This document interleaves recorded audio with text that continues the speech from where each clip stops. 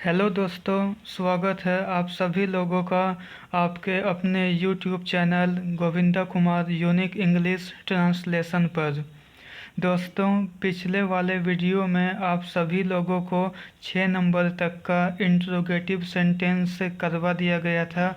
अब आगे 7 नंबर से 10 नंबर तक का इंट्रोगेटिव सेंटेंस देखिए 7 नंबर में, क्या ये बिल्लियाँ हैं? 8 नंबर। क्या वे पंखे हैं? 9 नंबर। क्या ये घोड़े हैं? और 10 नंबर। क्या वे बच्चे हैं?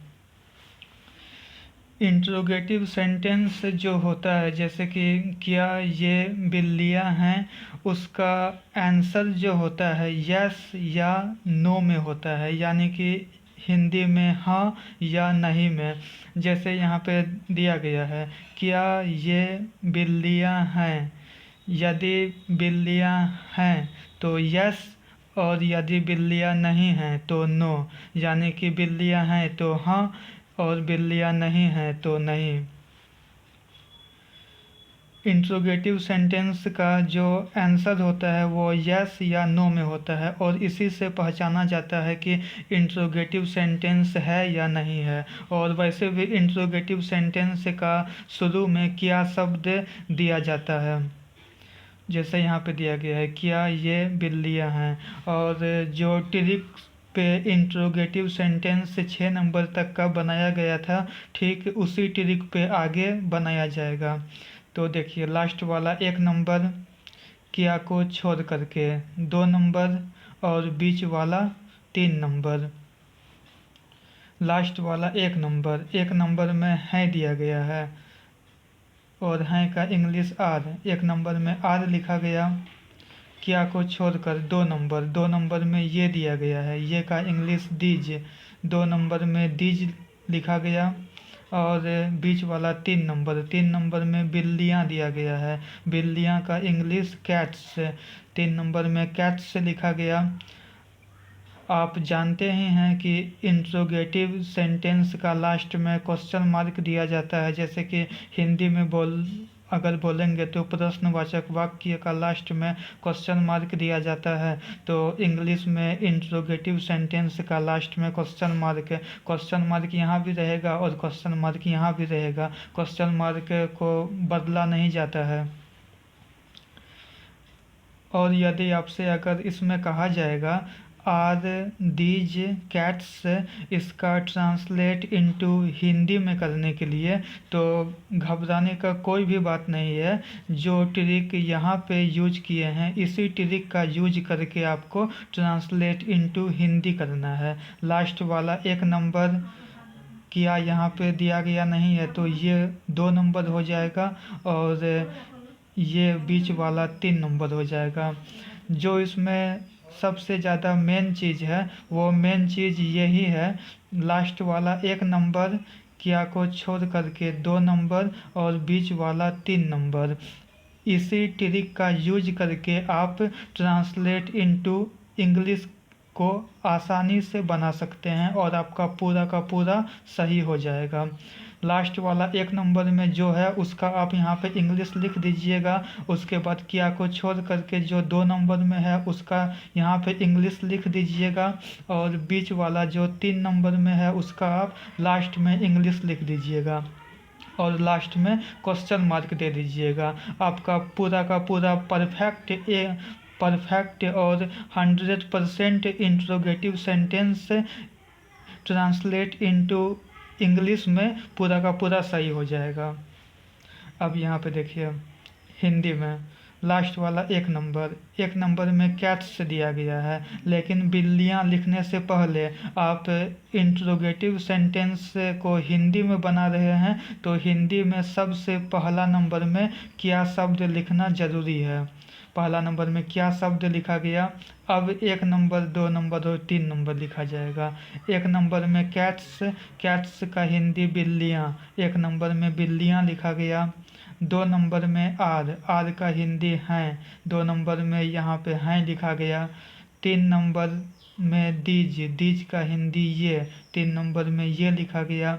लास्ट में यहाँ भी क्वेश्चन मार्क, लास्ट में यहाँ भी क्वेश्चन मार्क दिया गया। लेकिन आपको पहले से पता है कि जो रियल आंसर होता है वो आंसर पाने के लिए एक स्टेप ज़्यादा करना पड़ता है, तो सेम ट्रिक पे एक स्टेप ज़्यादा करना है। लास्ट वाला 1 नंबर किया को छोड़ करके ये 2 नंबर और बीच वाला 3 नंबर हो जाएगा। इंट्रोगेटिव सेंटेंस को हिंदी में बना रहे हैं तो शुरू में क्या शब्द लिखना सबसे ज़्यादा ज़रूरी है। क्या शब्द लिखा चला गया, लास्ट वाला 1 नंबर, 1 नंबर में ये, 1 नंबर में ये लिखा गया। 2 नंबर में बिल्लियाँ, 2 नंबर में बिल्लियाँ लिखा गया।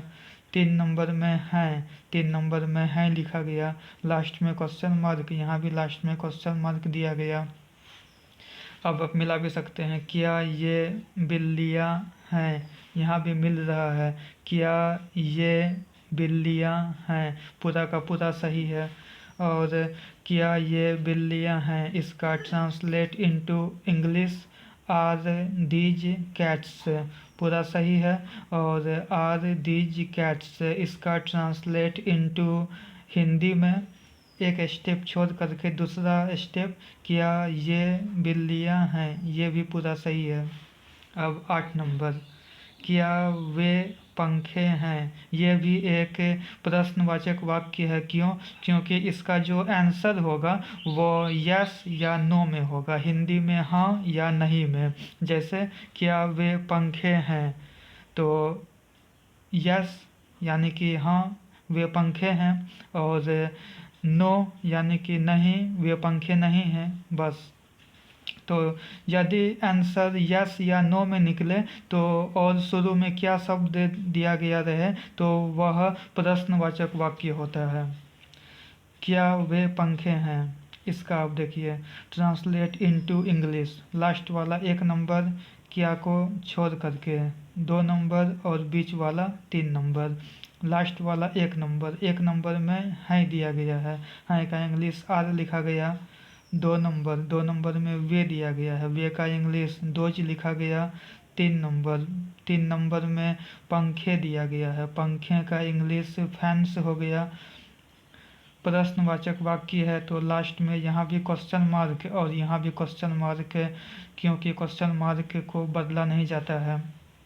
अब यदि आपसे कहा जाएगा आर दोज फैंस, इसका ट्रांसलेट इनटू हिंदी करने के लिए तो ठीक उसी ट्रिक पर करना है। लास्ट वाला 1 नंबर और ये 2 नंबर और बीच वाला 3 नंबर हो जाएगा।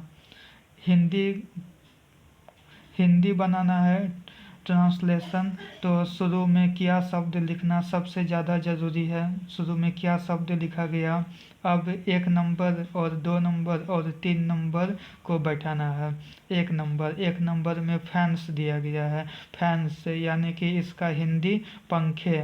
1 नंबर में पंखे लिखा गया।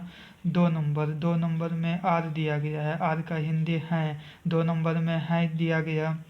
3 नंबर, 3 नंबर में दोज दिया गया है और दोज का हिंदी वे, 3 नंबर में वे दिया गया। लास्ट में क्वेश्चन मार्क और यहाँ भी लास्ट में क्वेश्चन मार्क है।